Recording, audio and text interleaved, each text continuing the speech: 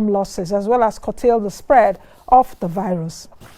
Coming back home, the number of cases in Nigeria is rising, currently at 5,162, as reported by the NCDC on Thursday night. We have also seen various monetary and fiscal stimuli measures are put in place by the government and the private sector to cushion the impact of this health crisis in the country. We do know that the private sector coalition against COVID-19, known as CACOVID, has put together more than 27.16 billion naira as stimulus measures to fight the impact of the pandemic on the economy and the health sector.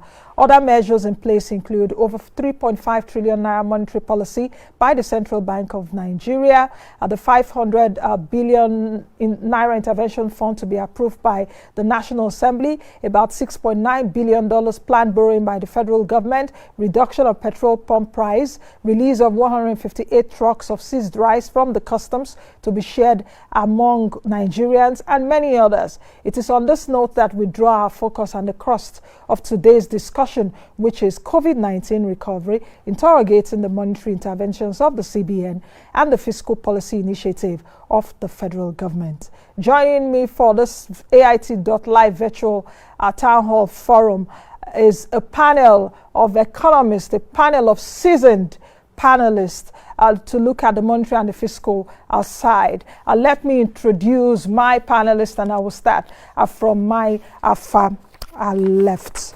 I will start by introducing Professor Ken Ife. Professor Ken Ife, welcome to the program. Professor Ken Ife is a seasoned economist. He is also a London Enterprise ambassador, a chief economic strategist at ECOWAS Commission. Welcome to the program, Prof. Thank you very much.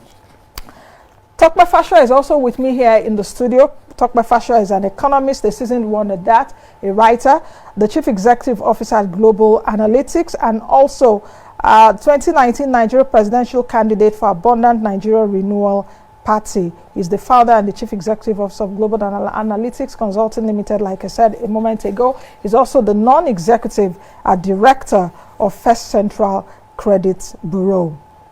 Thank you. All right, let's move over to our virtual panelists. I can see Engineer Ahmed Mansur on the wall. Can we move over to him? Engineer, can you hear me? Good to see you. Good. Engineer Ahmed Mansur is currently the 10th president of the Manufacturers Association of Nigeria. He's also an executive director with Dangote Industries Limited.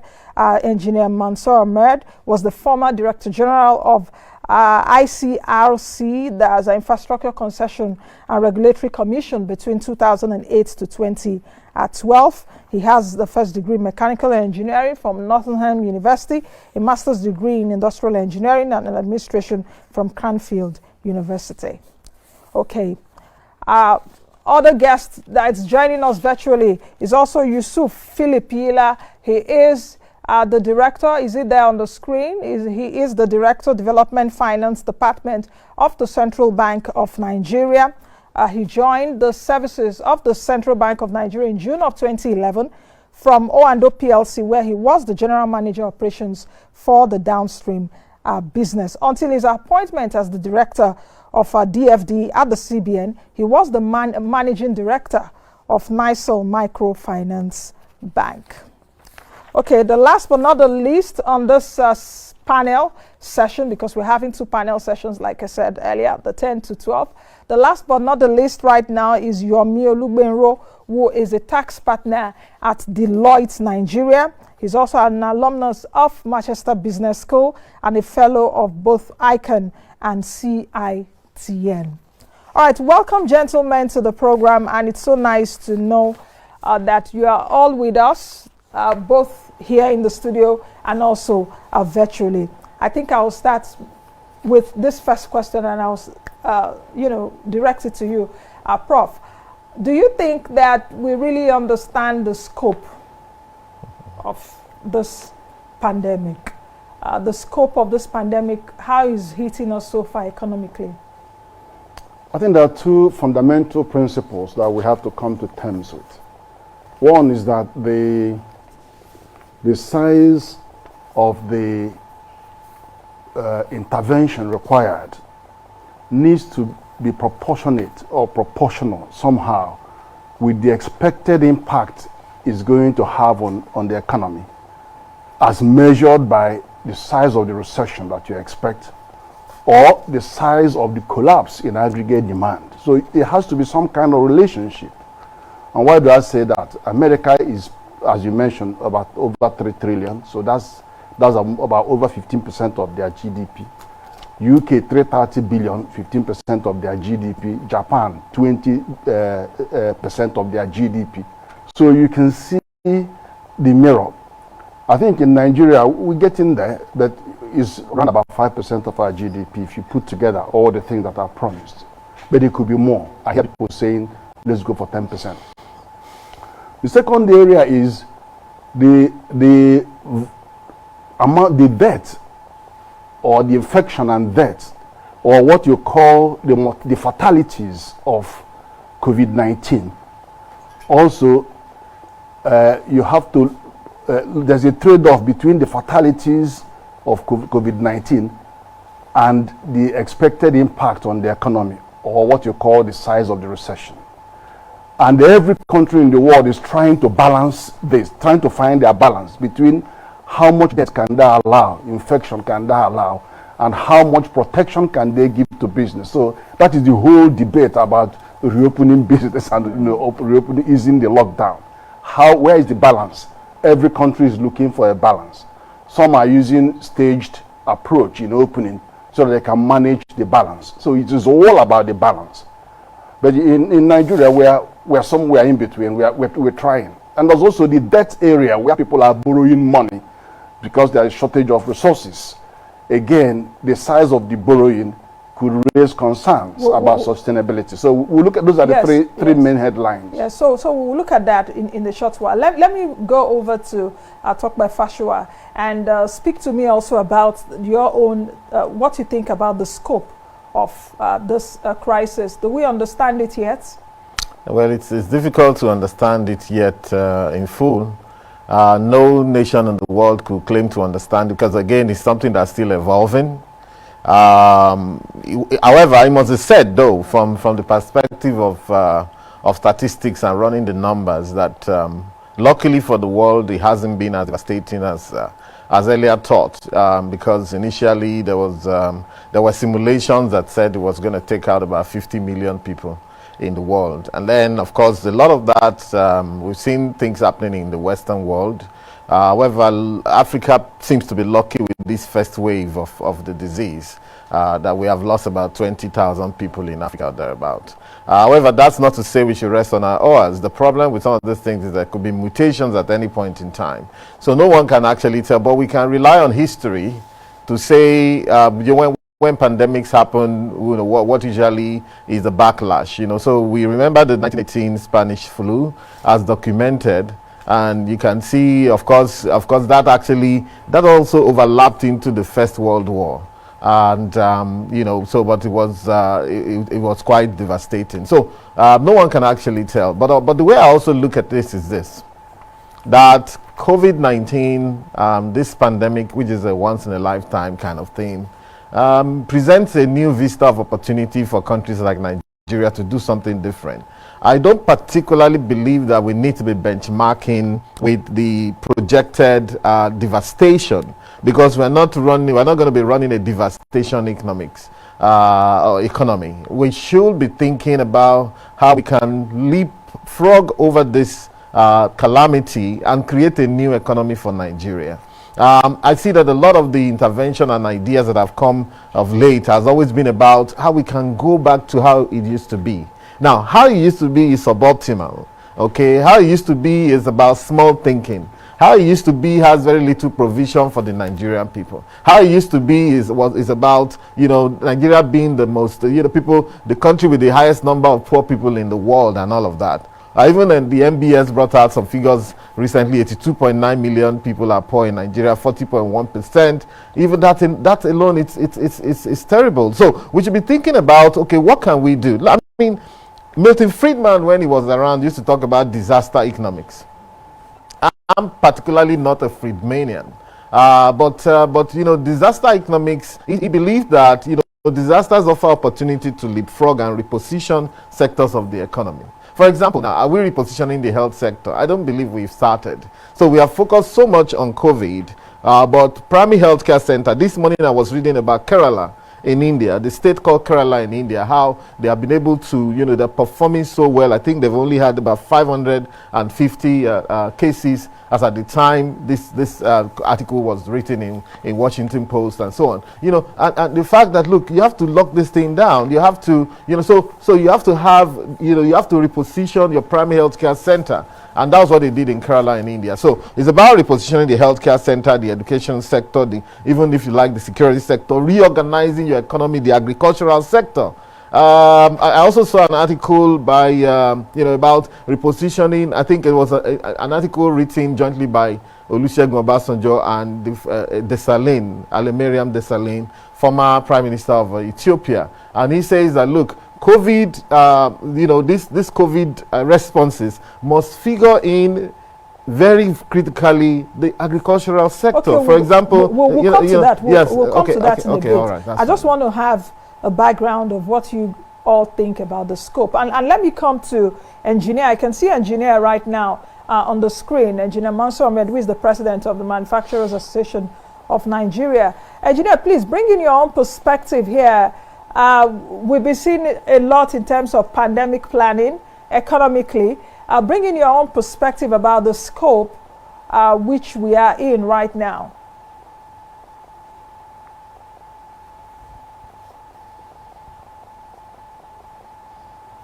Highlighted.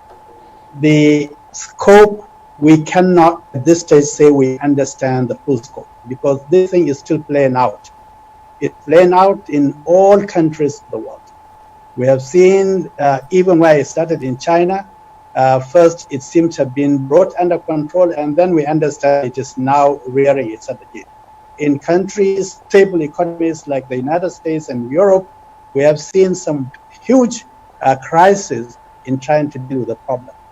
And it is obviously, as somebody said, so far Africa has not seen the worst part of it, but we cannot at this stage say we're going to escape because it's still playing out. So the first thing about the scope is that we don't know how bad or how soon this thing is going to get.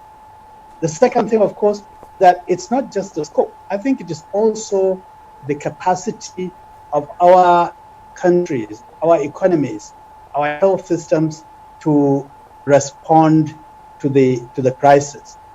And we have seen again that even in countries that have a well-established, well-developed health systems, strong economies, we have seen them struggling. So our economies, as we know, are extremely, extremely fragile, and we do not know to what extent we are in a position to deal with this issue. So I think this really is what is frightening about the scope of this pandemic, that we know very little about it. We cannot say that we know even how to fully prepare for it. So we really must be on our toes all the time. We must continue to explore different perspectives of it. We must continue to look at all aspects of our country's life, our social life, our economic life, even our governance, political. We must continue to look at what do we do to be able to respond to this pandemic. And I think this is very, very critical, that the more we look at it, the more we find ourselves as it stands now. I don't think we're ready. I believe that we need to do everything we can to stay on course, to keep looking at all aspects that we need to work on to address this pandemic. Okay, let me come back to Prof in the studio, Professor Ken Ife. I can see that. I can see our other panelists online. Yomi. Okay, let me come to Yomi, and I can also see Mr. Yusuf Yila, the director joining us there from the central bank. Okay, Yomi, if you can hear me, Yomi, can you hear me? Just wave to us if you can. Yes, I can hear you. Can you hear me as well? Yes, I can hear you. Okay, Yomi, since I'm having a background from all our panelists, you know, engineer did say that we have not really understood the scope of this crisis on us, both health-wise and economically. Where do you really stand on that? Is this something that is still evolving or metamorphosing? So, you know, we are still seeing that metamorphosis. So perhaps all our analysis will not, you know, just be fruitful at this time because the pandemic is still evolving.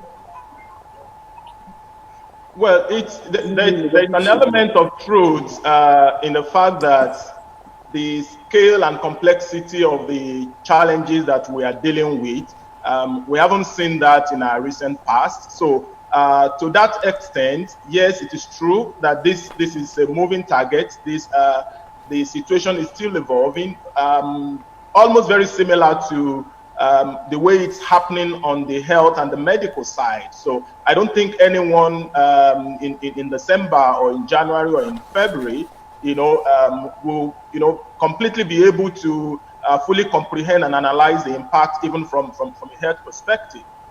So in the same way, the economic implication of this is of a level that I do not think the country has seen in the recent past. And if you merge that to the challenges we're having already on the fiscal side, the challenges we're having with the dwindling oil prices, the scale is unprecedented.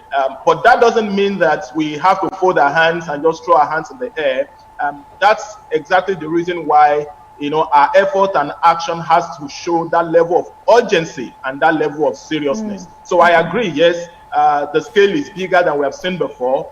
But that's what leadership is all about. So we have to face it head on and make sure that we articulate policy measures that can deal with this size of challenge that we are facing. Okay, thank you, Yomi. I can see Yusuf Yila, who is the Director of Development Finance Department at the Central Bank of Nigeria. Welcome to the panel, sir. Let's come to you since you are representing the CBN on this panel. The Central Bank of Nigeria was, I think, the first to respond with a set of measures.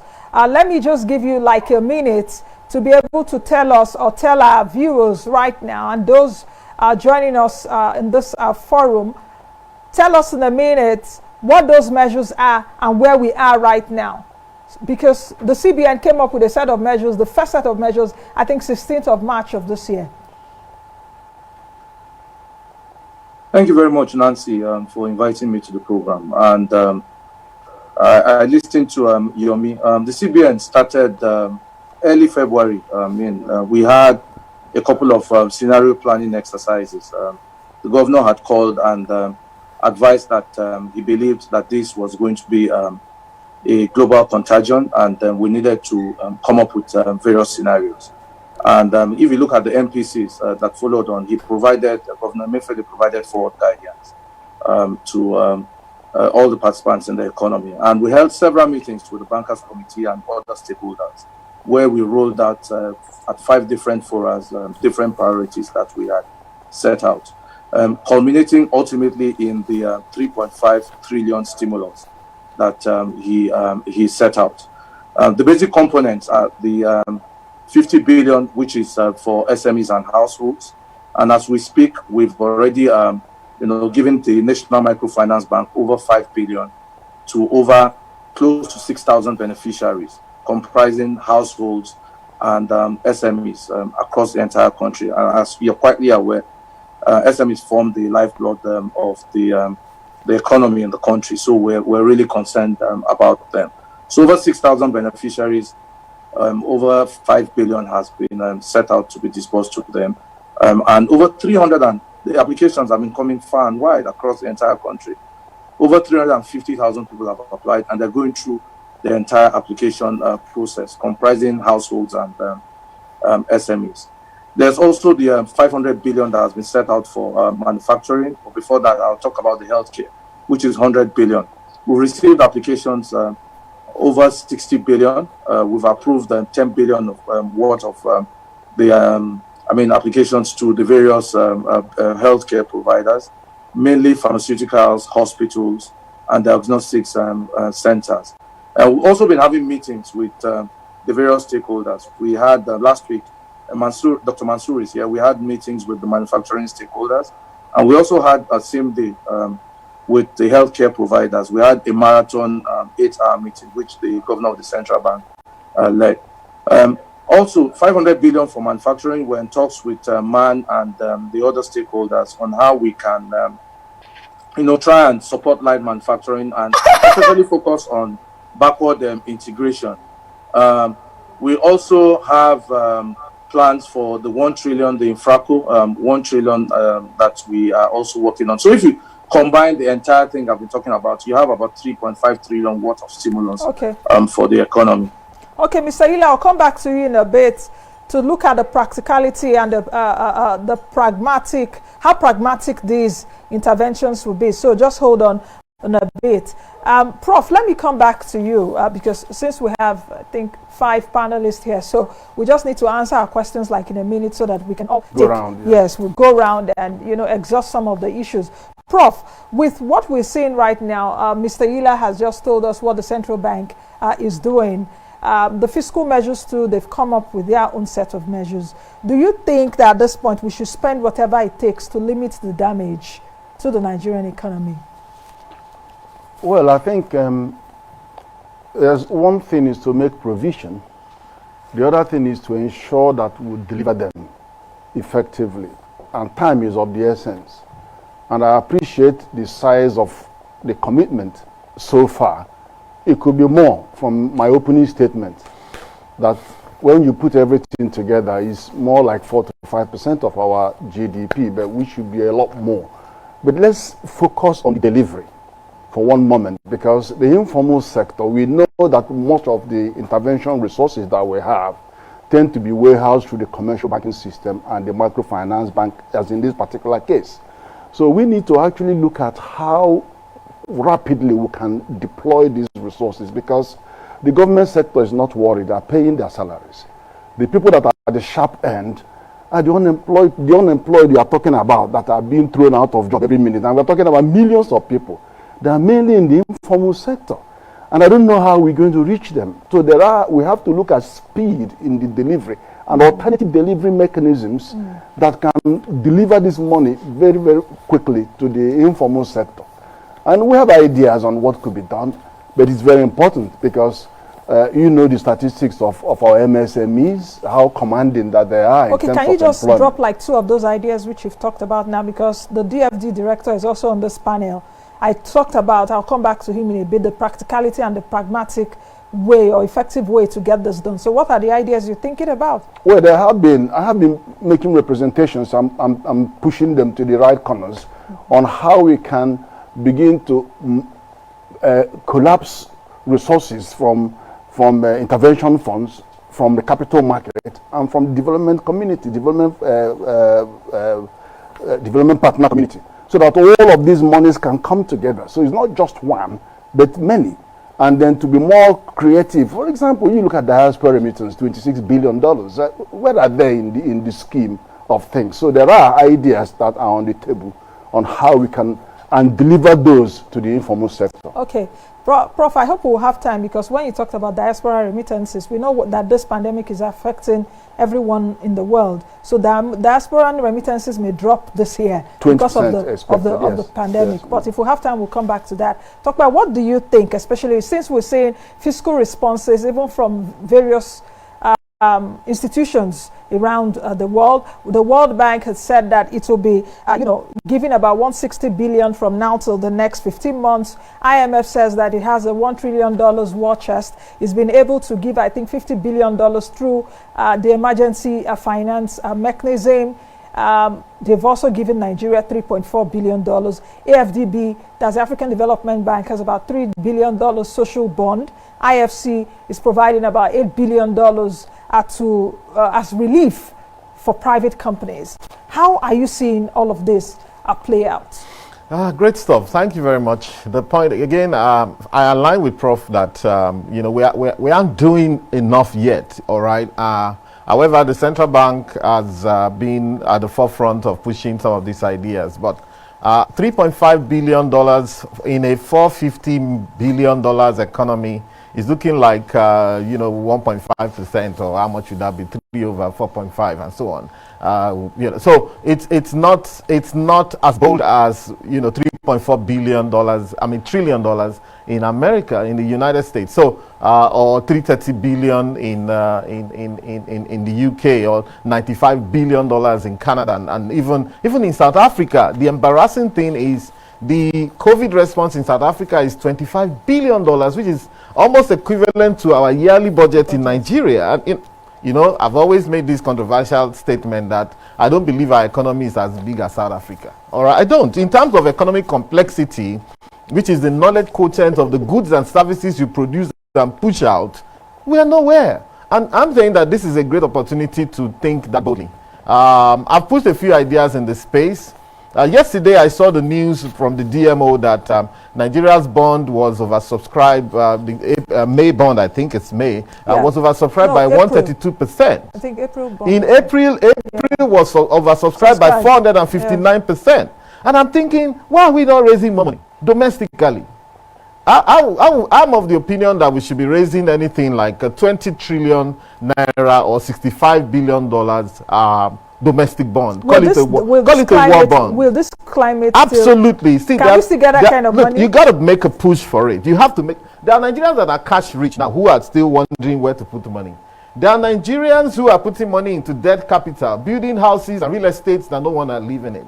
We have about 90 trillion naira worth of real estate that is vacant, called debt capital in this country. Yeah, we'll come to so you see, it's about also being bold, and I think the CBN many times gets criticized for dabbling into fiscal policy, but the fiscal guys aren't also moving as quickly as they should. Do they understand the enormity? But mind you that Nigeria is about 60 years old this year. We haven't actually gone through this. Nigeria was created in 1960.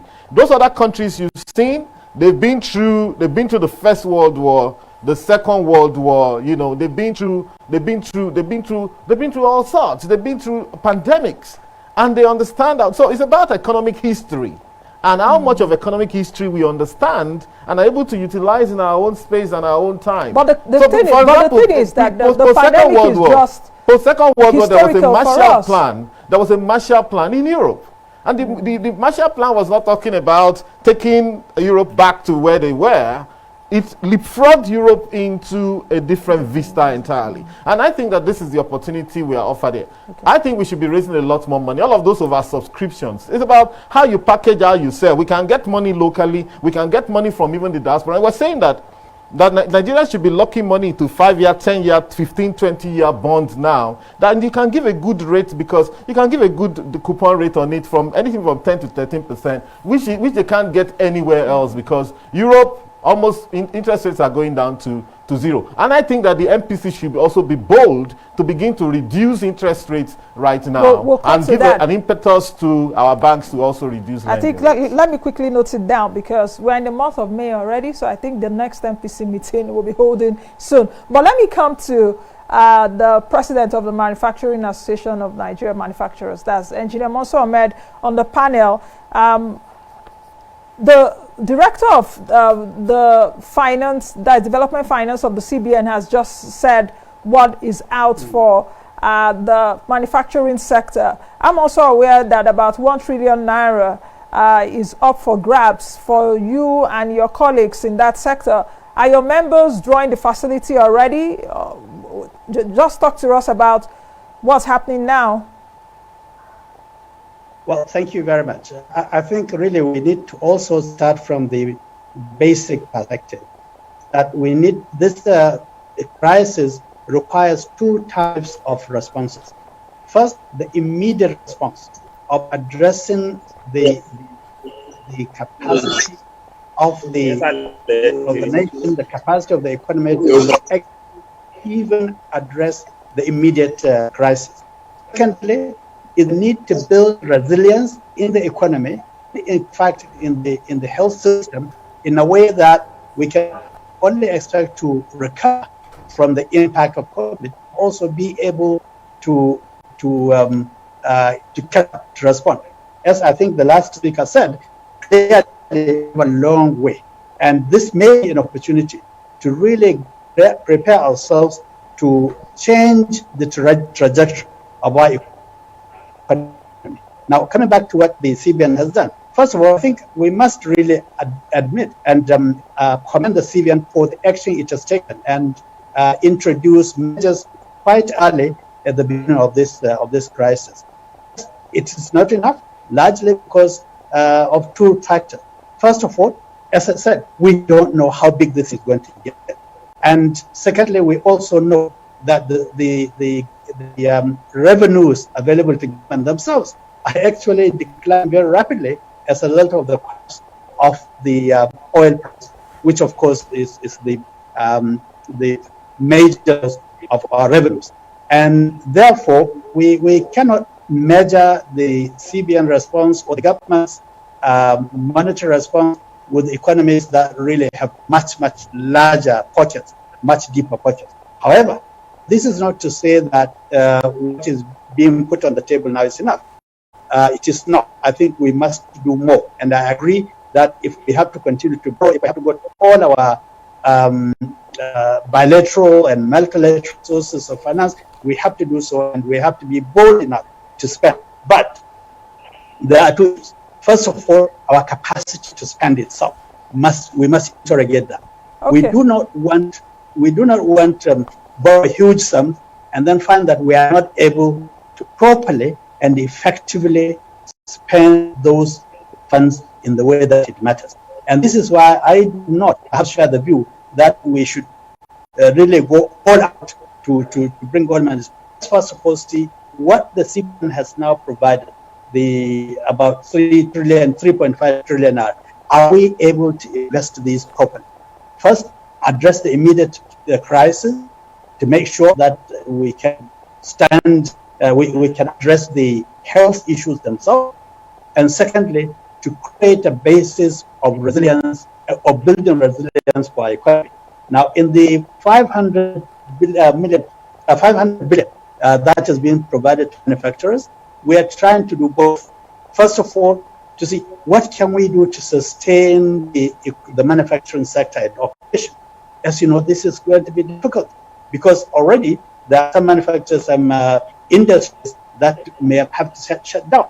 There are industries that, even if they are not shut down, may be operating at low capacity because they are dependent on imports for their raw materials and other inputs. And currently, many of our trading partners abroad are indeed restricting the supply of this input. Let me give you an example, for instance, of the pharmaceutical sector. Okay, engineer, just hold on. If you can hear me, I will come back to you in a bit so that we can look at that pharmaceutical sector.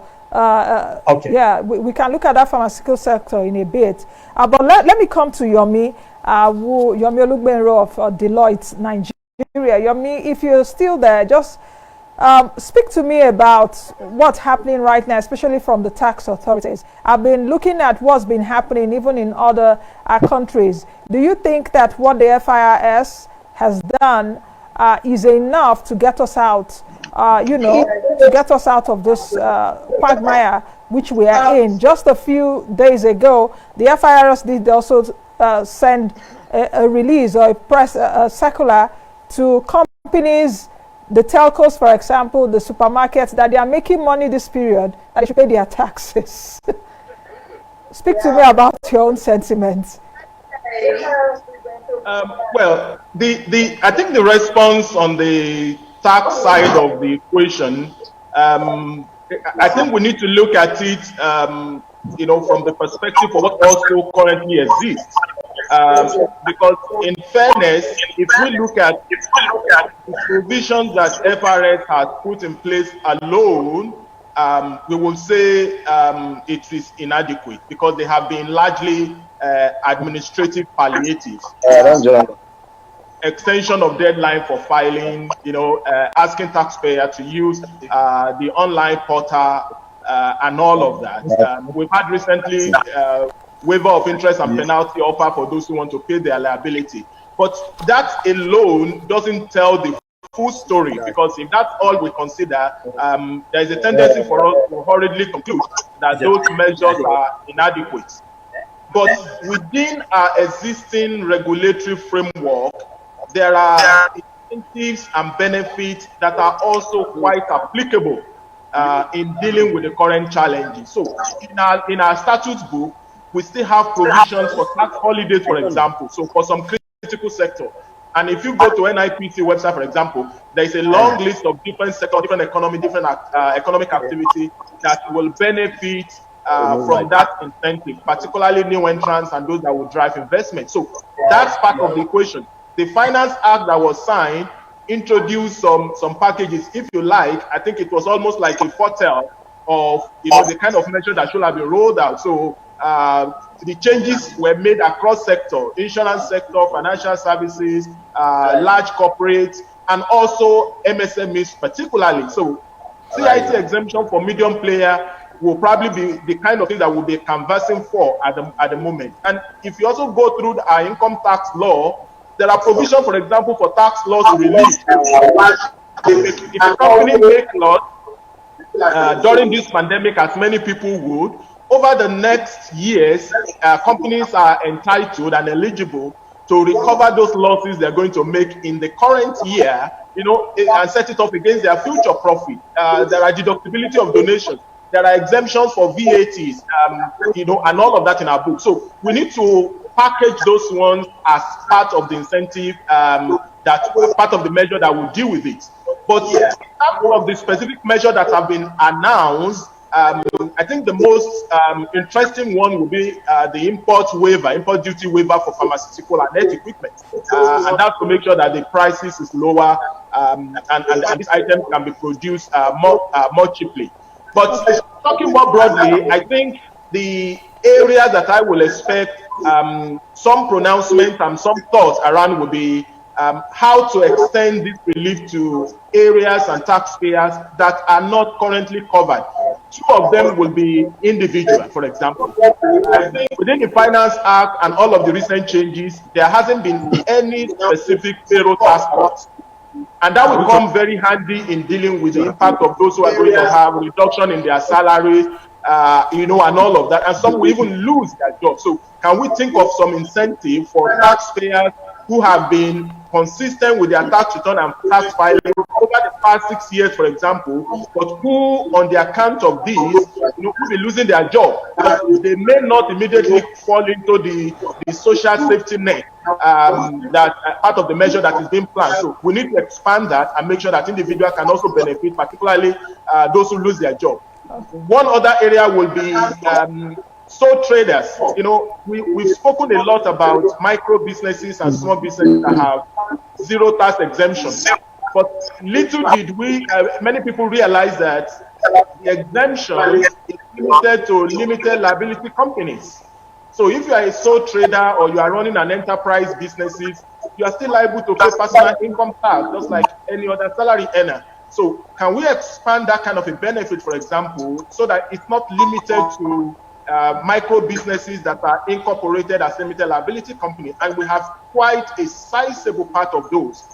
When we talk about entrepreneurship and micro businesses in Nigeria, the vast majority of them are non-limited liability companies. And all of those don't pay companies income tax. They don't even answer to FIRS. They answer to their respective state tax authorities. So what measure can we put in place to, help those group of taxpayers? So those will be the kind of conversation that we should be adding. Okay, let me come back to Mr. Yila at the Central Bank.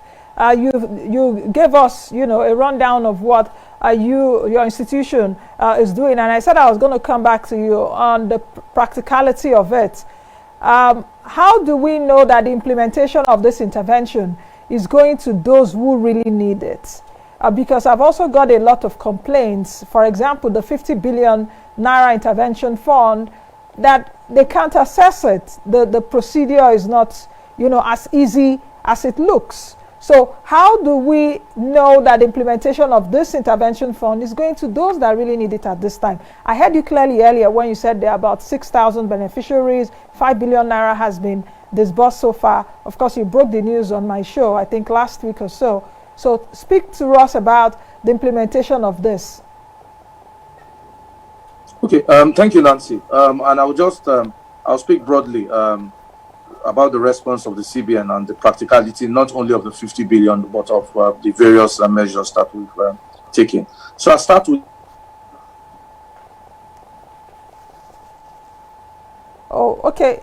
We'll try as much as possible to reestablish a connection, side effect of technology, like I used to say. But let me come back to Prof. Once we're able to reestablish connection with Mr. Yila at the CBN, we'll get him on board. Is he on? Mr. Yila, can I see you? Okay. So continue from where you stopped. Okay, yeah. So I said I'll speak about the broad response we have, both the immediate, the medium term, and the short term. So in the immediate, I said we had reduced interest rates from 9% to 5%, for all 26 interventions that we have in our portfolio. And you can immediately see that the beneficiaries, the various players in the manufacturing sector, and the other various sectors of the economy, we cut down rates. We also granted them an extra year, an additional year moratorium on the loans that they have on those intervention facilities. So that is, rapid and immediately hits their books. We also did another thing with the Bankers Committee. We granted forbearance. We gave them regulatory forbearance. So they're talking to all the players, those who have loans with them, and they're working on that. So that's on the immediate term.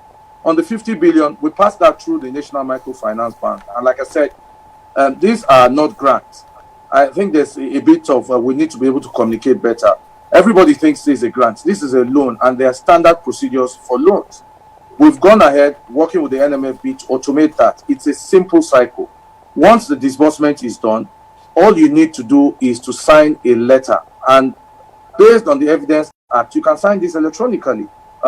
So 6,000 beneficiaries have gotten letters. All they need to do is, I'll give you an example for somebody who is taking 2 million naira, an SME. All he needs to do is bring a personal guarantor. He signs that letter, he puts the personal guarantor, his BVN number. Automatically, he needs not see anybody, sends that letter back electronically, and the money is automatically disbursed to his account, either with NMFB or with any of the 24 banks, any accounts he provides. So that is just a simple technology. We've leveraged technology to be able to reach far and wide.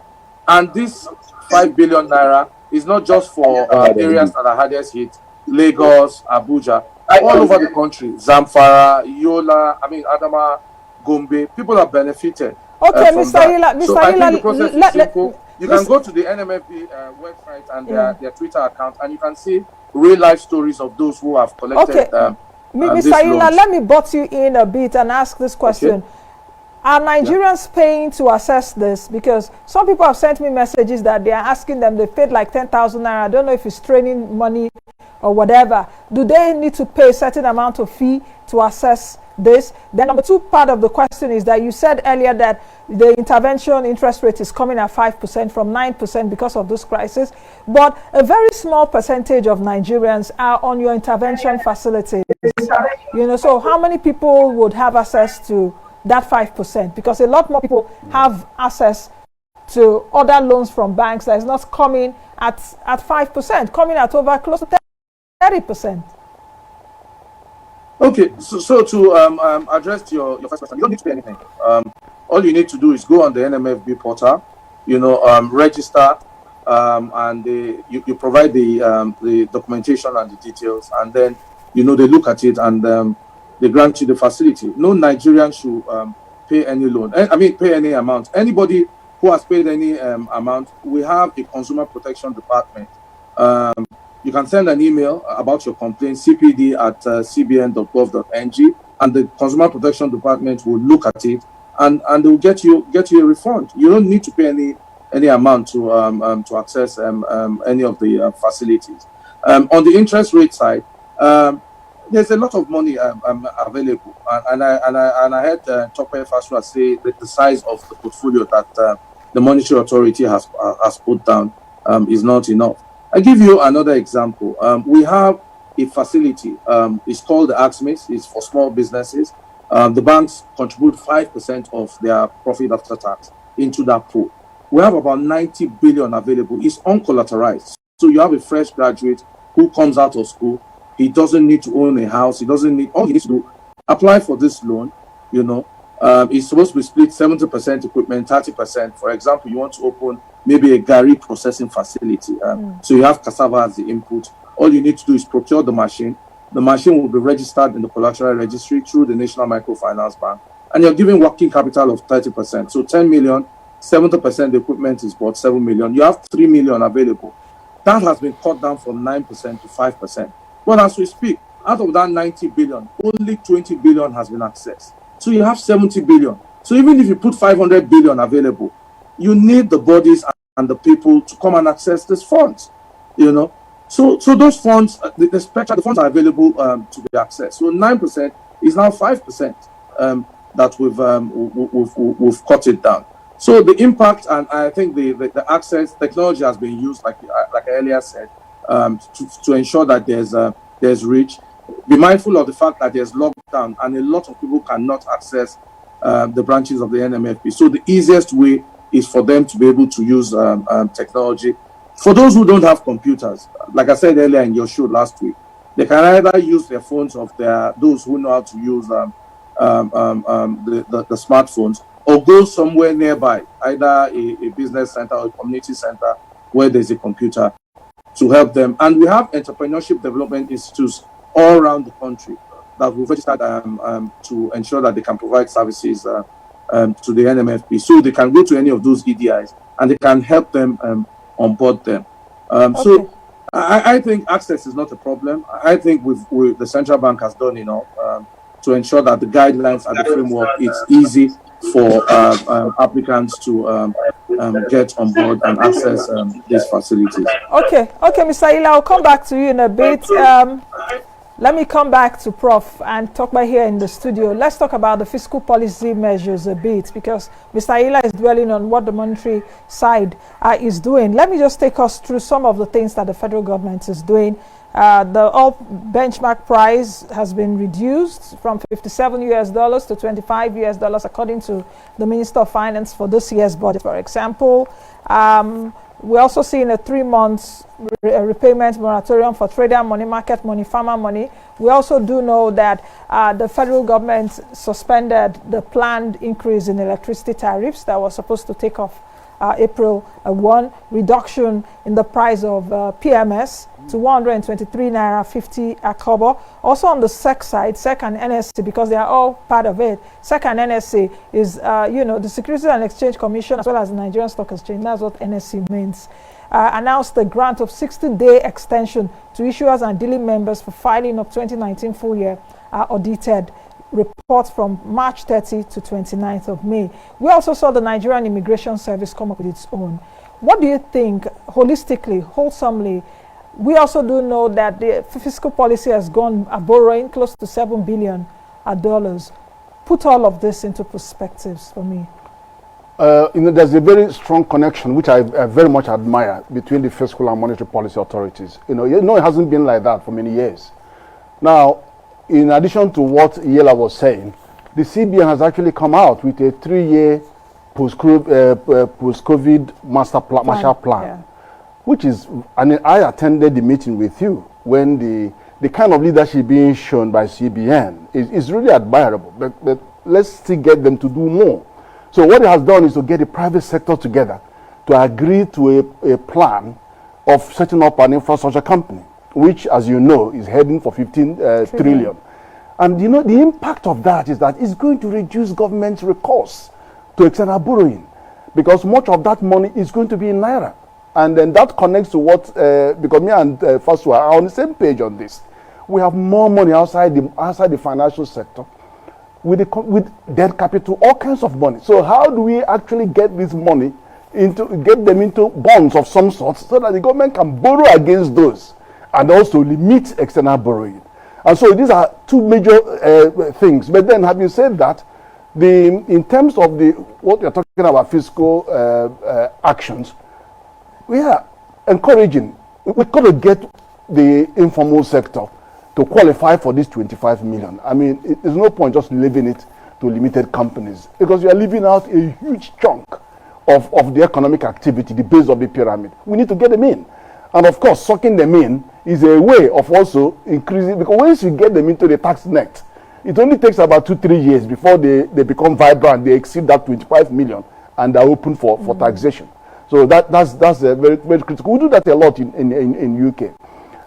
Then, which was the other area that you wanted a reaction? The wholesome, your reaction on perhaps what we've seen from fiscal policy side so far. Is it wholesome enough? Is it holistic? Yeah, as I said, the size of the budget, the size of the response needs to be commensurate to the expected impact on the economy. We are still short, as I said. We are just hovering around 4-5%, when many others are around 20%. But let's do with what we have for now, because my concern is the efficacy and the deliverability and the rapid response. How quickly do we get what we have on the table down to those who need it the most?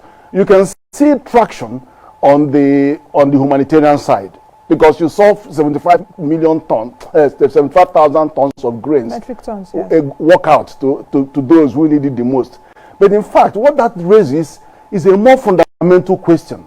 If we have literally in every state either 10,000 metric ton silo, or 25,000 metric tons of silo, or 100,000 metric tons of silo, if we had all our silos in all these states filled up, we should have been releasing 75,000 every week. It tells you that we are actually far from exhausting that capacity. Yeah. And it has a lot of impact on inflation, it has a lot of impact on the story we are going to tell on agriculture. Yeah, on agriculture, because that should be another topic for another day. 1.36 million metric tons of grains I know in our silos right now. Tope, let me come to you. Still talking about this fiscal response. What kind of holistic or wholesome response, like I asked Prof earlier, is needed to address the structural issues right now? Is needed to address the structural issues that Nigeria has been shying away from to make the country more resilient to shocks? Well, thank you very much. I need to be clear on this, right?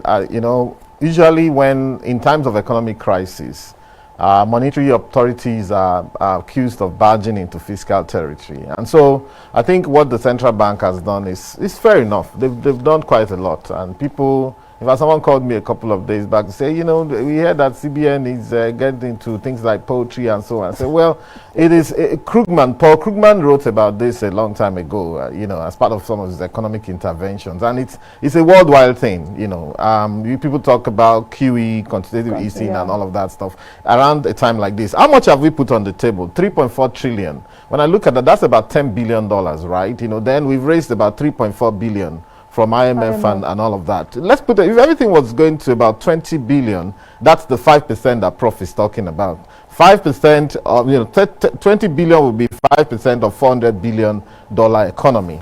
We need to do a lot better than that. Now, we're faced with maybe a quadrilemma, yes, all right, and perhaps a multiple lemma. Now, or whatever it is you do, you have to think about what happens to interest rates. Yeah. You have to think about what happens to inflation, what happens to exchange rates, and what happens to the economy itself and the livelihoods of people. So it's an intricate balance that you must continue to juggle. I think that the fiscal authorities have been timid. I think they haven't done enough. That's my thinking. Do they have space? And that's what I'm saying. Is there fiscal space to absolutely have space. When I talk about, for example, the focus is always on how much can we get from abroad, not what can we get from here. I'm saying, if you want to push the envelope, that this is the time to say, look, even if you have corrupt money, we're going to give you a moratorium to invest that corrupt money in a Nigerian bond. We don't care how you get your money. Listen, this is a wartime, except we all don't understand that this is war, all right? People have described it as World War III and all of that. When you're in wartime, you have to suspend a couple of the rules and draw the line at some point. We need to, and this is how we're going to save the value of the Naira. I've seen several videos where people have said, oh, everybody should just change their Naira into dollar now because the Naira is going to go down the Zimbabwe route. Now, there's no economic basis to such a thinking, because even some people think that the dollar itself will fall against other currencies for several reasons. Some are looking towards China and all of that. But you see, what are we doing to backstop the fall of the Naira, which is selling at 450 today on the streets, despite the assurances that we've had? So I think that to a large extent, we should actually be going out, raising this domestic bond as our own domestic contribution in order to also tie people in and make them have a stake in the Naira and in the Nigerian economy. Okay, I think at this point, let's take a breather. I think it's 11 a.m. with what my timepiece is telling me here. So we've done 1 hour of this session. Let's take water. For those of, okay, there's no tea, it's just water. You know, so let's take water. When we come back from the break, I saw Mr. Yila shaking his head like this. I don't know if he was disagreeing with what you're saying. I would also come back to Engineer Mansur Ahmed there to give us his reaction. So let's quickly take a break. Don't forget that you can join us on all our social media platforms. Go to Twitter right now, official AITLIVE. Drop your comments, drop your opinions, drop your question. Tell a friend to tell a friend is AIT.live virtual town hall forum live on African Independent Television. We'll be right back.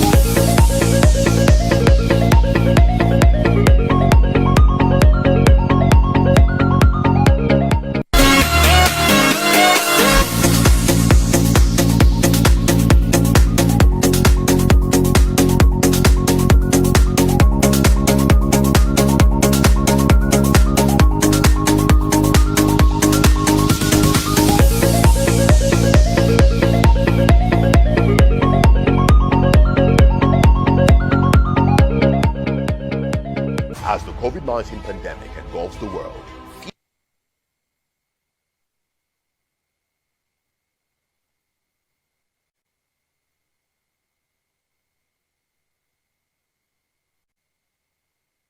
as the COVID-19 pandemic engulfs the world, fear has given way to uncertainty. I am directing of all movements. I am officially declaring a national emergency. With Nigeria dealing with socio-economic realities and security concerns never imagined, how has the country been tackling the coronavirus and at the same time preserving its citizens from the economic fallout of the pandemic now and post-COVID-19? In response to these issues, AIT.live is running a series of virtual town hall forums hosted in the Nigerian capital city Abuja with live studio guests and a global audience of online participants. The town hall topics and dates are as follows. Friday, 15th May 2020. Topic: COVID-19 recovery, interrogating the monetary interventions of the CBN and fiscal policy initiatives of the federal government. Time: 10 a.m. to 2 p.m. Tuesday, 19th May 2020.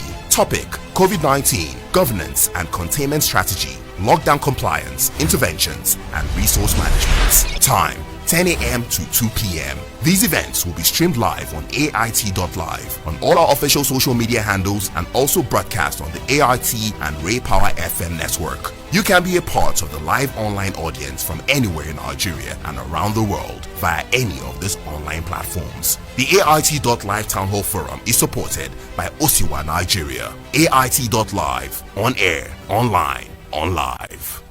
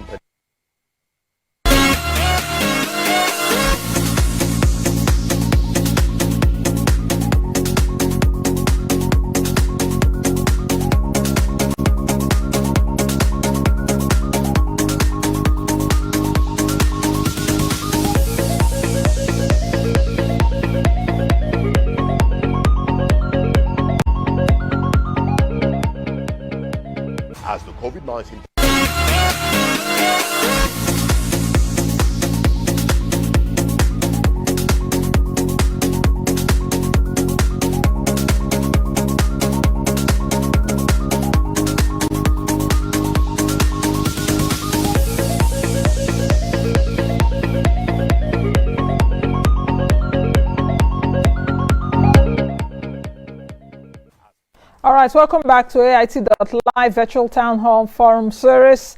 If you're just joining us, you've missed the first 1 hour.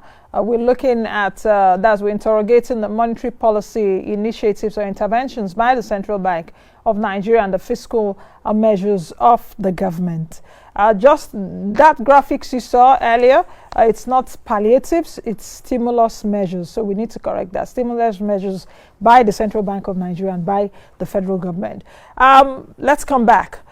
A lot of people at least have been sending us messages. They've been reacting at least for the last 1 hour.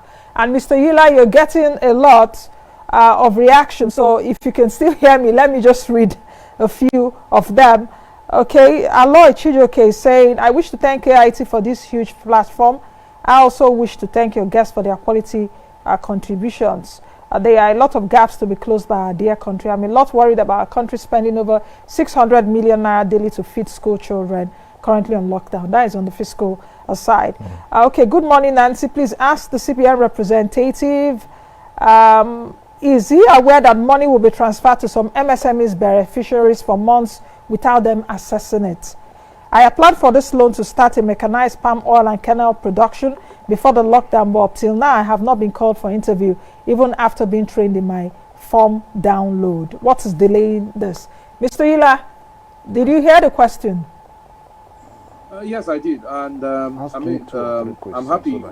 Oil palm is one of the commodities approved by the president. We're doing that on a large scale, working with various big players. But the one she's referring to is under the AXMIS program, which I talked earlier, that we had a pot of about 90 billion. So I would work with the NMFB. It's usually disbursed through the NMFB to find out exactly what has happened. When she's gone for training and she's uploaded her certificate, it shouldn't take 24, 48 hours. She should get so that should be a unique case. But I will speak with the NMFB and I'll find out exactly what has happened. Okay, to get her money. Then she also talked about delays with them accessing their funds. Like I said earlier, we have a consumer protection department in the central bank, and they're very, very effective. Please. The email address for them to be able to send their complaints to our cpd@cbn.gov.ng. They usually respond quickly to such complaints. Once the money has been disbursed, there's no reason why they can't access it, because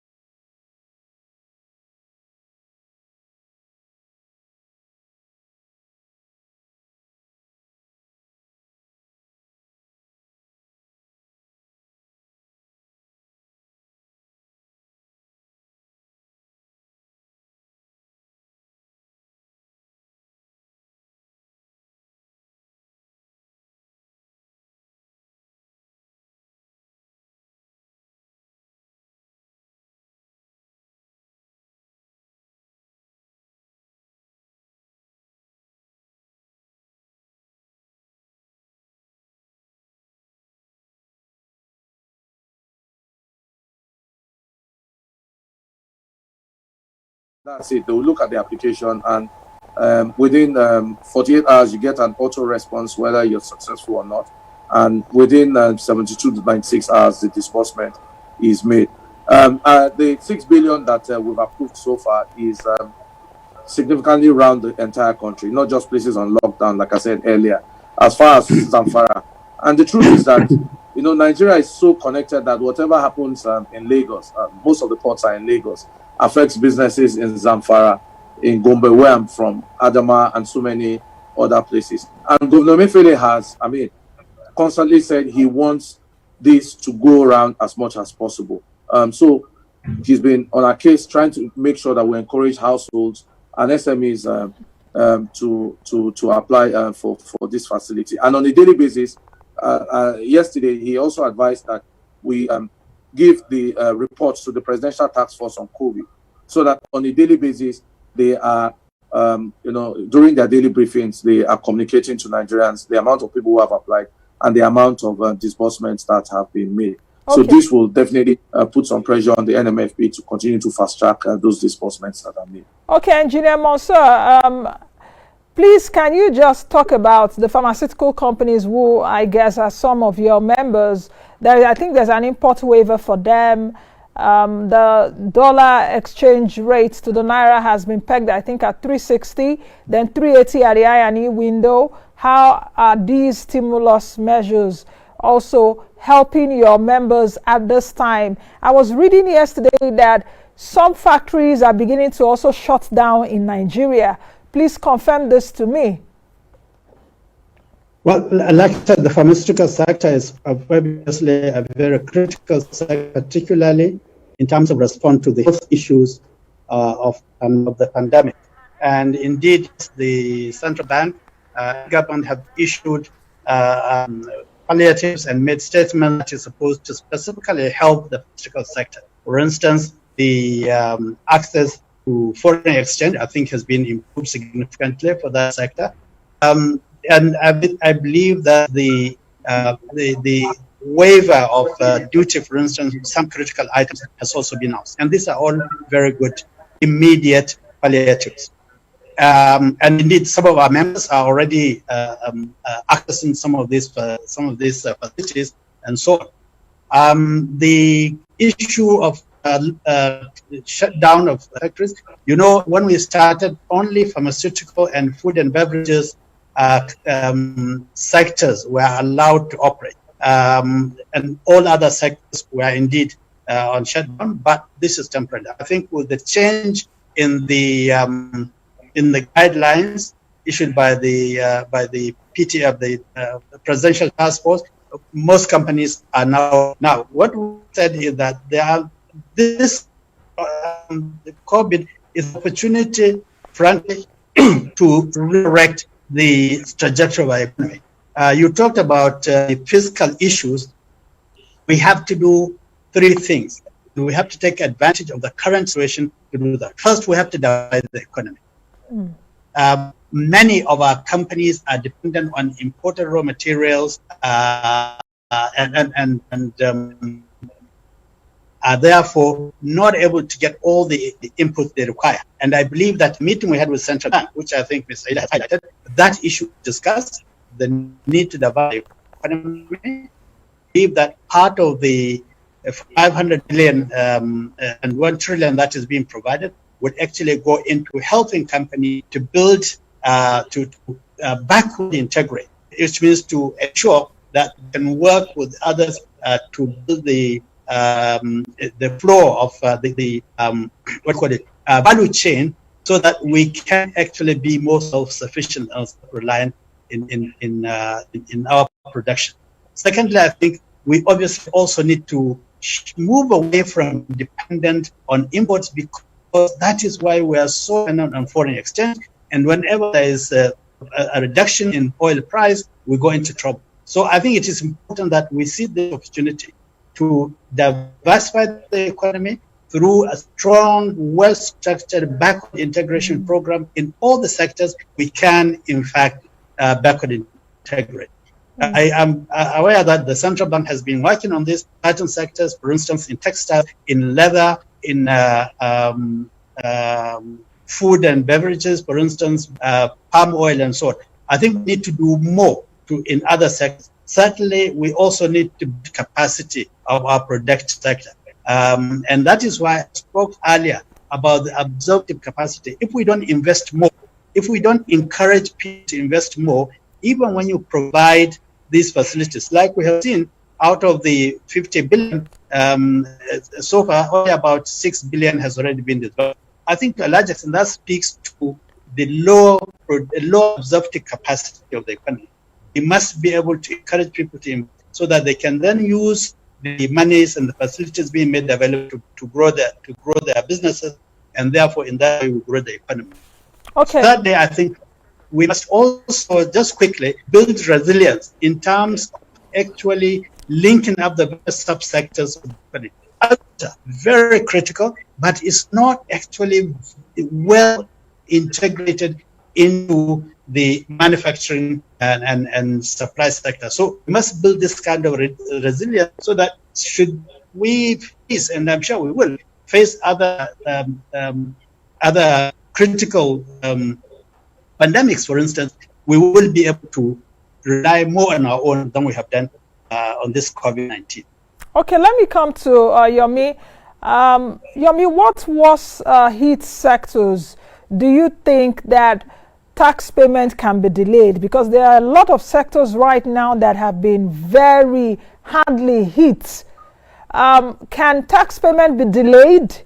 Are we looking at that? Is the FIRS, I know you all do some work even with the tax authorities. can those tax payments be delayed, not just even on the federal government side? What can also SIRS, that the State Inland Revenue Services, what can they also do? Yeah, so thanks, Nancy. So the file of payment is one that I think will benefit virtually all sector. Earlier in the conversation, I think in the first half, you did mention the announcement by FIRS asking, sectors that appear to be in the boom, in their own words, to come out and pay taxes. So I think they were specifically talking about telecom, financial industry of the financial sector, particularly bank. So that's right to some extent, particularly because telcos they have seen an unprecedented surge in the use of data and telecommunication had been on the rise. So I guess that's what is triggering that call. But if you look at sectors like aviation, you look like sector like tourism, or you even look at a lot of micro businesses, irrespective of the sector, because the degree to which many of those businesses will leverage technology, it's not at the same scale, with many large e-commerce businesses and all of that. So those kind of sectors are practically on their knees, and so cash flow will be one major burden that every organization will be facing, including banks. Because if you ask banks to grant moratorium, you ask them to reduce rates, the amount of earnings that is available and the cash flow to be able to do that without impacting negatively their capacity to continue to do their primary lending obligation, that capacity has been affected significantly. So except for one or two particular, maybe the telcos, that the FRS mentioned, I would think that a lot of other sectors will benefit from measures such as delayed payment. It doesn't even have to be tax waiver or tax reduction, but just granting, not on a selective come to explain yourself approach, because that's currently what we have.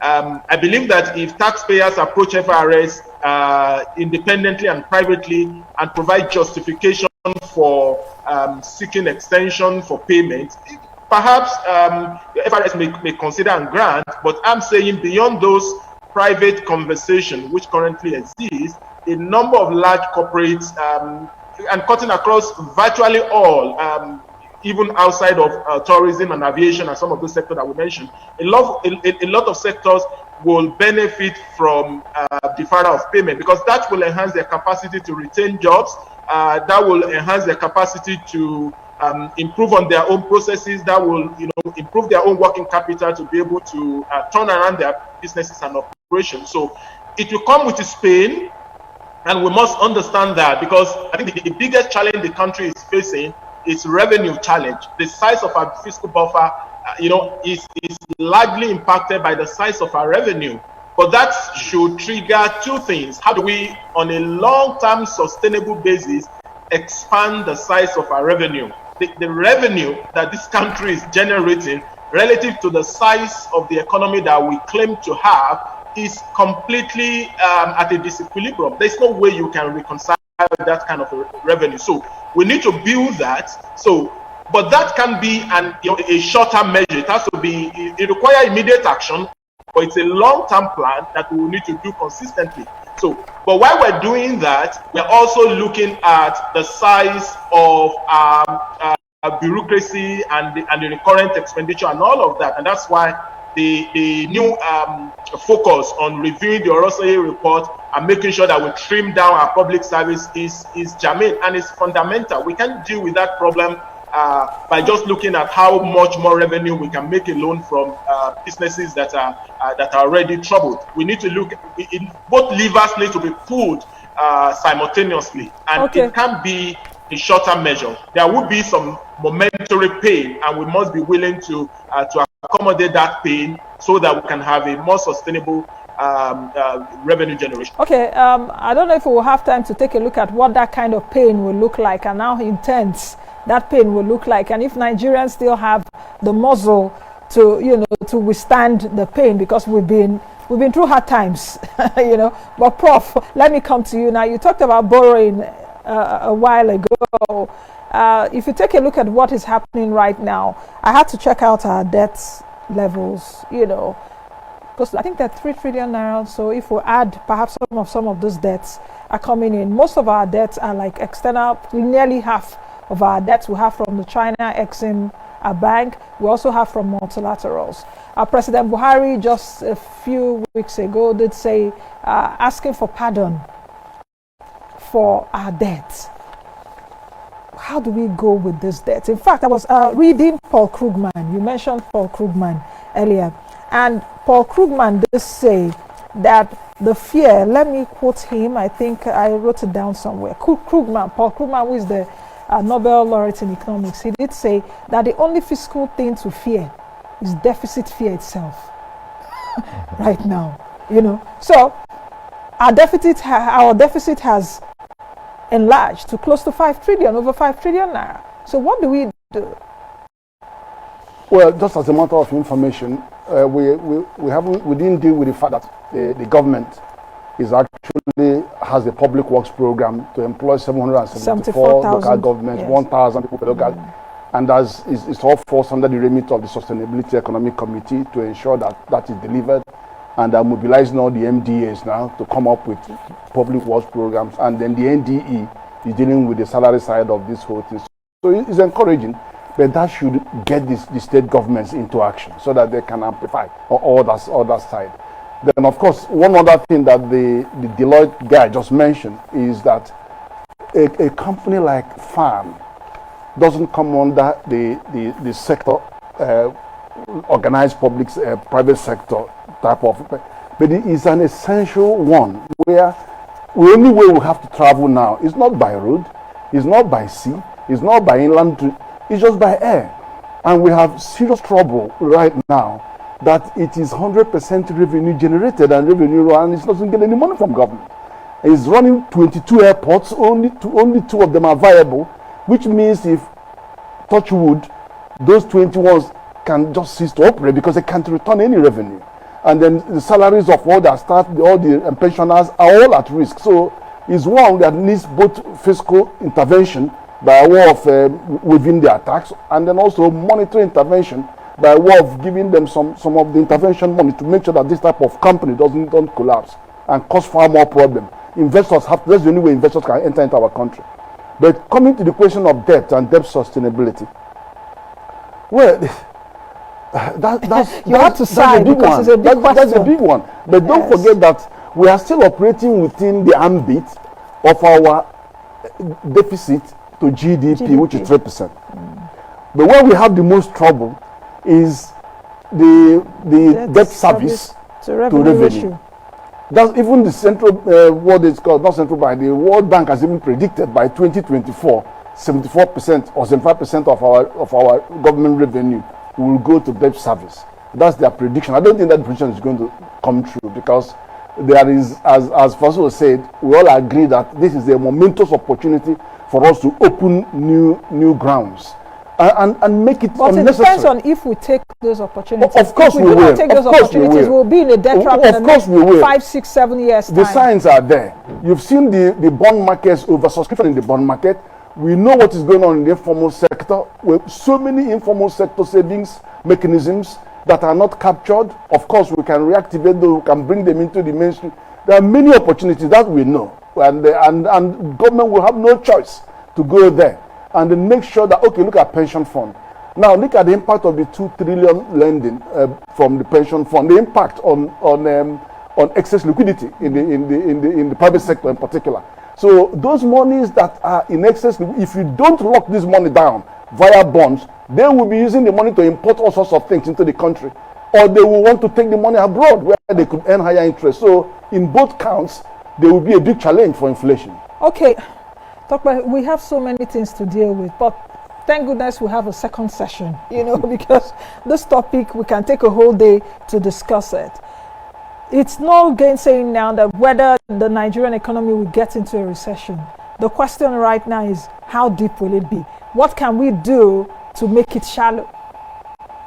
Okay, well, yes, IMF predicts a global fall in GDP of about 12% and a global recession. So we're just part of the global economy anyway. So we may see that we expect a 3.4% drop in GDP, which is good enough if we can manage that, if it doesn't go beyond that. And again, that's also going to depend on, it's going to depend on how long we shut in our economy, because most of the economy, 70% informal, most of those people are sitting at home right now. If you look at the strategy from Germany ensured that no industry closed down. You know, that's the German machine. They kept working. However, the people could sit at home, but most, most manufacturing went on. So we don't have a lot. One of the things we can see here is, the issue of globalization. Globalization seems to have gone into abeyance right now. The Chinese, the Westerners, everybody is dealing with their own problems, majorly in their own countries. I think it's a great opportunity for Nigeria to, for us to stand over our economic map. And with all of these disbursements coming from the CBN through the NISAL and others, to also incentivize people to go into other industries. Dr. Mansur spoke about, how the, liquidity is helping some of their members to expand their operation. But I think that the same facilities could be used right now to incentivize new people going into different areas, because you can see clearly the meaning of diversification has now been brought to us in bold relief. And we're not talking about what economists call autarky, meaning that where countries believe that they want to be on their own. And no, but we can see clearly that diversification is simply the ability of a country to depend on itself to a large extent. To produce the things that you need, all right? And I must say quickly that CBN, this new initiative of through NISAL is a fantastic initiative. In fact, I'm one of the applicants. I did I run a couple of SMEs, and I like the response. They haven't disbursed to me yet. I don't think it's a 5-day thing, so Nigerians shouldn't trip. It may not be a 5-day disbursement thing, but if you follow the process, you get it. But should you apply? Again, it is not national cake, all right? Yeah, if you believe it can help you to reposition and to boost your SME, why not? If not, I want to quickly comment on. So it's very important to note that this is an opportunity clearly for Nigerians to stand over this economic map and say, what have we seen? A couple of days back, we saw millions of mangoes rotting away in Benue State. And where are the mango processing companies? Where are the fruit processing companies? Why can't we have a few more? Must it always be Dangote going into this business? All right, or some of the other big guys, or Chi Limited, or whatever. Why are the small ones? So this is the time for us to say, how much of our economy can we own until before globalization comes back with a revenge? Because globalization is going to come back with a revenge, riding on technology and taking anybody out in his wake. All right, I want to quickly mention that I disagree with my friend from Deloitte that we actually don't have a civil service. Actually, we don't have a public service. If you look at what happened, you see, when this COVID hit, the countries that were able to respond faster were those who had invested much in their civil service. I may have said it on your show before. The percentage of Nigeria's workforce employed by civil service at federal, state, and local government is about 3%. About 3 million people out of a workforce of 100 million. The rest are solopreneurs all over the place, farmers and all of that, people hustling, quote and unquote.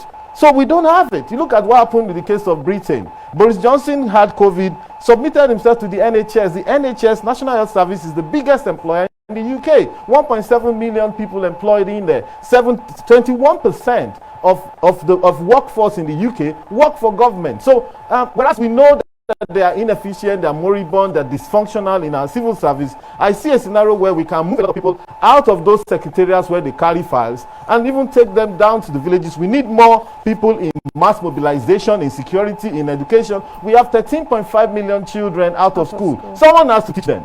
The white man will not, Chinese man will not come and teach them for you. You need to invest more in education. We need even the brick and mortar. Not all of them will be able to go online.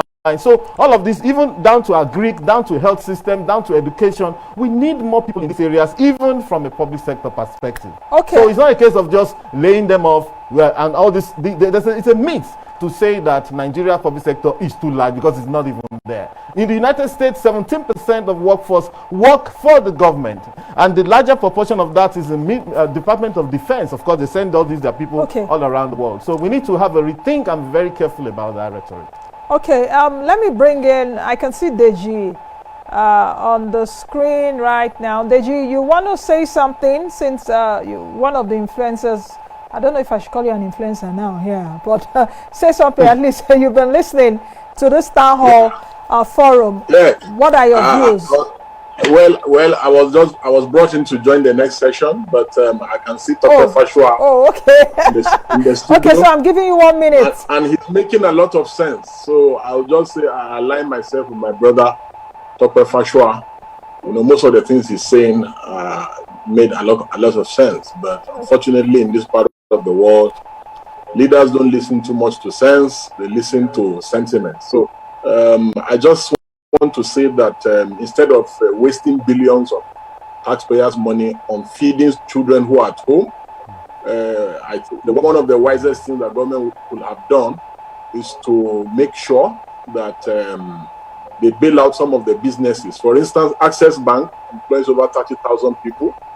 There are insinuations some of them will be laid off. So imagine if government, gives intervention, and it's been done everywhere. In the UK, British Airways is being bailed out by the government. Almost all over the world, people are bailing out businesses because the businesses are the ones that run the economy. So, but here, common sense is not common. Okay. Most unfortunate. Okay, Deji, I'll be coming back to you in the next session. Let me take Engineer Mansur Ahmed, and let's talk about your sector, which I'm very passionate about. The manufacturing sector is not doing as much as it should do right here in Nigeria. We saw the consumption expenditure pattern report that was released by the National Bureau of Statistics just a few days ago. If you take a look at it, most Nigerians are spending so much money on food. We've also seen, and that's if they do the report for this year, I bet you it will still fall more than that because of a COVID-19 pandemic. How do you think that falling aggregate demand and perhaps declining consumption at this point that we are battling, a crisis that's beyond health crisis, how do you think that would affect your sector and the companies in your sector? Well, indeed, as you said, the manufacturing sector has not been doing well, largely because I think the structure of the economy has not actually been focusing on building local capacity. And I think we talked about diversification of our economy. We say Nigerian economy is over 50% dependent on service, but that service is basically like a bubble. What we need to do is to build a productive capacity. And to build our productive capacity, we must encourage the private sector to invest even across the range, from the small scale to the large scale. We must build capacity. We must be able to generate more economic activity, more manufacturing, more productive. To do that, of course, first of all, we must ensure that we create incentives for investment. People don't just come and invest because they want to invest. They invest because they see opportunity to make profit. And if we create an economic sector which does not create opportunity for local production producers to be competitive, especially in this interconnected world, we will continue to have a limited sector. Secondly, many of our manufacturing activities are still dependent on import of raw materials, import of spare parts, import of equipment and machinery. I think we must begin to move away from that. And that is why I started the initiative by the CBN, which is going to focus on diversification, backward integration is actually absolutely vital. And there's no better time to institute this than now, because we've seen that when it comes to the crunch, other countries put their interests first, whether it's America first or India first or China first.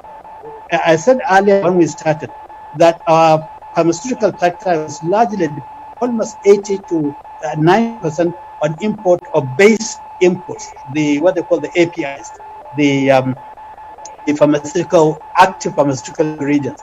And we found that at some stage, the Indians, the Chinese actually discourage export of these to other countries. And therefore our pharmaceutical sector was almost crippled.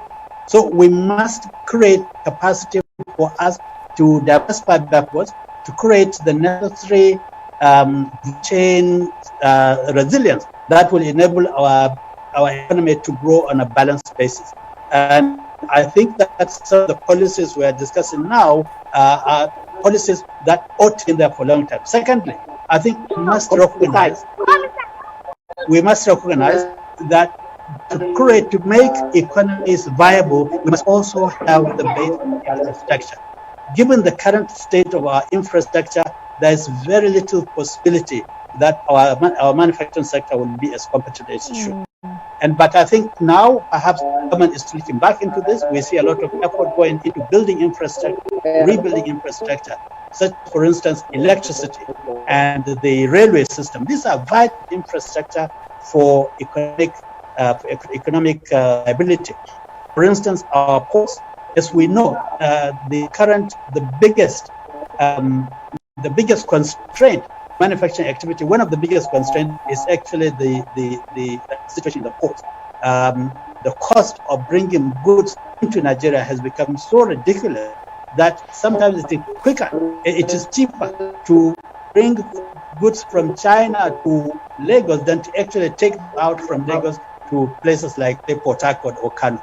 So really, these are issues that we must now begin to address them in a very meaningful and robust manner. Okay. We've been talking about diversification for long. Every time the oil sector shakes, we say, yeah, we diversify. But of course, as soon as the oil money starts flowing, we forget. Now, I think we must be serious. We must be robust in terms of ensuring that every sector that we can diversify, we diversify. And we have resources. The agri sector is hugely resourceful. If we make the necessary investment, I'm sure within a short period, we'll begin to see significant change in our economic trajectory. Okay. The same thing with the mineral sector. We have loads and loads of minerals, and we're allowing people to come from other places to come and actually extract these minerals and take them away. Whereas the opportunity for us to actually create the capacity to process these minerals and indeed change the if you like, the direction of our foreign exchange. We should be earning a lot of foreign exchange than we are getting. Okay, engineer, thank you for that. Let me go quickly. I'm seeing some comments coming through the phone lines, but let me quickly go to Mr. Yila, dovetailing from what you just said. Mr. Yila, the central bank governor did author a 27-page paper some weeks ago, and he did say that we should try as much as possible to turn this COVID-19 tragedy into an opportunity. There were some short to mid to long-term measures as outlined by Godwin Emefiele. Just speak to us about it in 1 minute, because we have to round up this panel in about 10 minutes from now, less than 10 minutes. So you should go to that. Thank you very much, Nancy. And as the panel, we all agree that this is a crisis. And like you said, the governor had authored the policy paper. And in it, he said this is a crisis that we need to turn into an opportunity. And as a panel, we all agree on that. So as a central bank, we're looking at the entire opportunity, both short, mid, and long term. In the short term, what we want to do is, with the stimulus, we want to support manufacturing.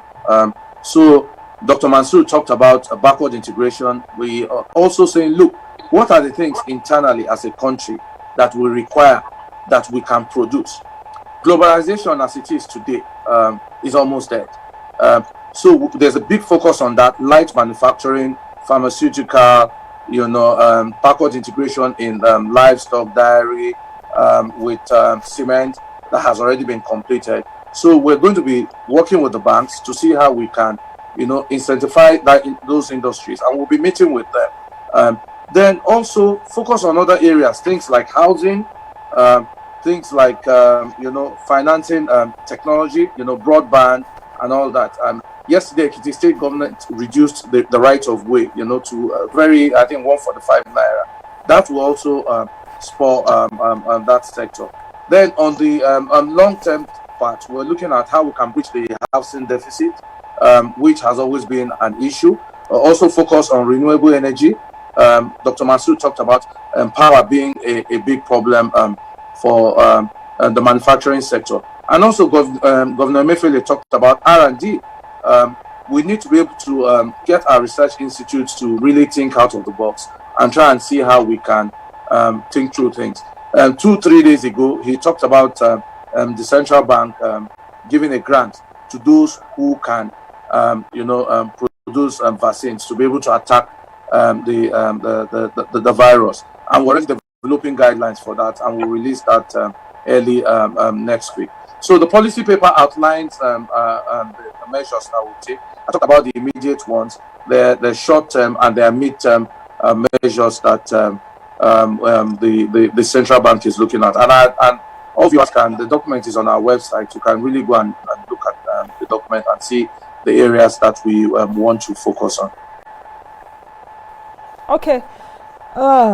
We just have a few more minutes to end this panel. Yomi, let me come to you very quickly to give us your closing remarks as regarding perhaps what we are also seeing from the fiscal authorities, the FIRS side. We've also talked so much about FIRS and all of that. What do you think that can happen even at the states level right now? You also mentioned a bit ago in terms of what FIRS can do to make the burden less on companies. Do you also think that it would affect revenue generation, because government even needs money from anywhere it can get money right now?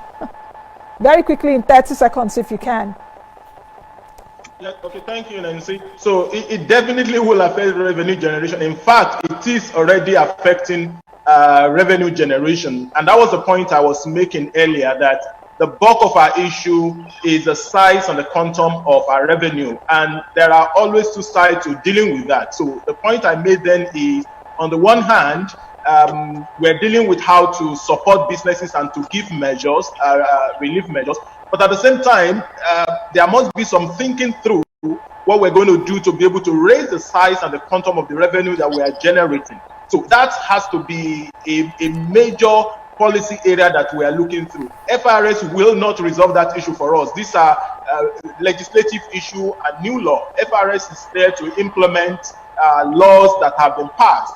We can't charge the same agency that has been asked to collect revenue for the government with the responsibility of providing palliative. Some of those requirements are even beyond them. So we need to look at that. Then I speak also to the expenditure side. If you look at the size of our budget and the way the allocations are made between capital, between debt servicing, you will know, even with the original plan of 8 trillion naira revenue to be generated by the federal government, that it's skewed heavily in favor of non-debt recurrent expenditure and debt servicing. So compound that with nearly 80% reduction in expected oil revenue earnings. So we must look at the structure of our recurrent spending, and that was the point I was making earlier. I wasn't speaking to laying off of SAR, but you have to look at the size and the bureaucracy that you are servicing. Okay. And it's not just the civil service. Okay, thank you very much, Yomi. Prof, very quickly, are you optimistic that we're going to weather this crisis? Of course. You see, globalization is in reverse gear only for a period of time. And we need to capitalize on the opportunity. And in fact, the question is, what is the ground zero? If CBN didn't do what they did in 2016 by blocking 43 items and pouring money into agriculture, and they have all these programs, where we have imported rice? Look at if Brazil, that has the same factor endowments as Nigeria, is earning $151 billion on agricultural export and 200 billion this year. How can Nigeria take that as a ground zero and write the whole history? That is very practicable. That is the solution to move forward. And then the rest of it will come. And by the time the globalization opens back, as you said, then we are a net exporter of most of the things that we produce. Okay. We have to work, let me just take a cue from you. So we have to work towards AFCFTA as well, which has been postponed from June to early next year. And so we have to position ourselves. So clearly, I take it from Prof, we have to position ourselves. I would want to see a rush of new investors and new entrepreneurs in Nigeria, all right, to say, young people who can position themselves to produce for their locality, to produce for Nigeria, to get ready for AFCFTA, and also to get ready for the rebound of globalization. All right, that's the thing, the kind of thinking. I also want a lot of bold moves from the fiscal authorities. The central bank is doing its own, fantastic and all of that, but a lot of bold moves from the fiscal authority. This is the time for us to lock our funds into a long-dated bond for this country, which the planning has to be not only for 2020, but 2021 and 2022 as well. We must have that medium-term focus about response for now, because again, there could be a rebound of COVID. Who knows what's going to happen? You know, but I think that we have beat COVID, if you ask me. You know, I'm just being hopeful anyway. Okay. But I think, yeah, and I think that economists should come back very quickly. Okay, okay. Mr. Yila, quickly. Yes. Go ahead. Okay, I just want to close by saying, I mean, something we've not talked about, food security. And with borders being closed now, one of the interventions we do is the Anchor Borrower Program, where we finance smallholder farmers. And we've taken a bold decision this year to double what we've done last year. If you look at Asia, the Asian countries who are predominantly exporters of rice, Vietnam, Thailand, you know, they say they've closed their most of their silos. The same farmers can't export any longer. So for rice, we're doubling what we did last year. Same thing for cassava, for maize, you know, and Fasua talked about, you know, poultry, both eggs, birds, and all that. So we're taking a bold decision to ensure and guarantee that there's food security in 2020, because post-COVID, you definitely are going to have a hit on food items. So the central bank, working through the Anchor Borrower Program with the various associations, is going to double the capacity of food production that happened last year, and it's something that we've been working on a daily basis. Okay, Mr. Yila, in just 2 seconds, still questions are coming in. How do they assess the CBN loan? You've answered that earlier, but just quickly, in 10 seconds, say it again. The 50 billion loan is made through the National Microfinance Bank. All they need to do is just go to the website www.nmfb.com.ng or visit the branch in the local post office. In every state capital in Nigeria, there's a National Microfinance Bank. In certain states, you have 2 or 3 additional branches. But the easiest way to do it, because of the lockdown, is to visit the website. You can just Google it, or go to any of the entrepreneurship development institutes that they use to train people who benefit from the AXMIS loan. You go there, it's a 3-step process. You just fill in your details, your BVN on the website, the amount you are requesting for either household or small business. And within 48 hours, you will get an alert telling you whether there are additional requirements and documents required, or you've been successful. And then the central bank, the NMFB, comes to the central bank for the disbursement of the facility. So we'll give them the money, and then they on-lend to the end beneficiaries. Like I said earlier, we've given the National Microfinance Bank over 5 billion for over 6,000 beneficiaries. Over 320,000 people have applied, and there's a continuous processing of those applications. Okay. So we encourage more of our people hard hit by the COVID to apply. They also have hotlines. Once you go to their website, you can call those lines if you need additional assistance. Okay. Nobody is required to pay any amount whatsoever. Anybody that has any complaints, to direct them at the central bank, cpd@cbn.gov.ng, and we will address, like I said earlier, the department is quite efficient. We will address those issues. Thank you very much, Mr. Yila. Just before we go, let me give the final 20 seconds to Engineer Mansur Ahmed. Let's have your closing remarks. Very quickly, Engineer. Thank you very much. We must build our productive capacity to be able to build resilience and also to be able to defend on ourselves.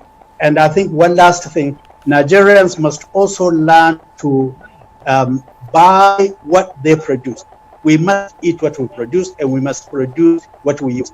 I believe that this is the time to encourage local production, encourage local use of raw materials, and to encourage local consumption of what is produced locally.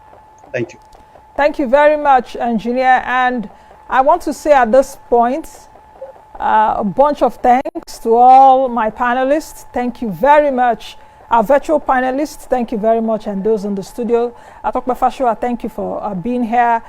Professor Ken Ife, thank you for being here. We appreciate you. Engineer Mansur Ahmed, thank you for your time this morning. You are appreciated. Yomi Olugbenro, thank you very much. Keep staying safe too. Mr. Yusuf Yila, the Director, Development Finance Department at CBN, thank you very much for your insight. So thank you. And thank you to all that have been watching us at least in the last 2 hours. This is the end of the first panel session. We are not done yet because there's still so many things to talk about. The second session would take off at 12 p.m. till 2 p.m. where I'll be having another set of panelists. But I want to end this first panel session with a quote from the former president of the United States, JFK. He's popular. JF Kennedy did say the Chinese used 2 brush strokes to write the word crisis. One brush stroke stands for danger. The other stands for opportunity. In a crisis, be aware of the danger, but recognize the opportunity. That's what at least this panel session has been up to in terms of there are so many opportunities in this crisis. We shouldn't waste this crisis. Let's take a quick break, isn't it? Director, is there any other thing I need to do? Okay, I'm not. Okay. The panelists for the next session, I'll be having robust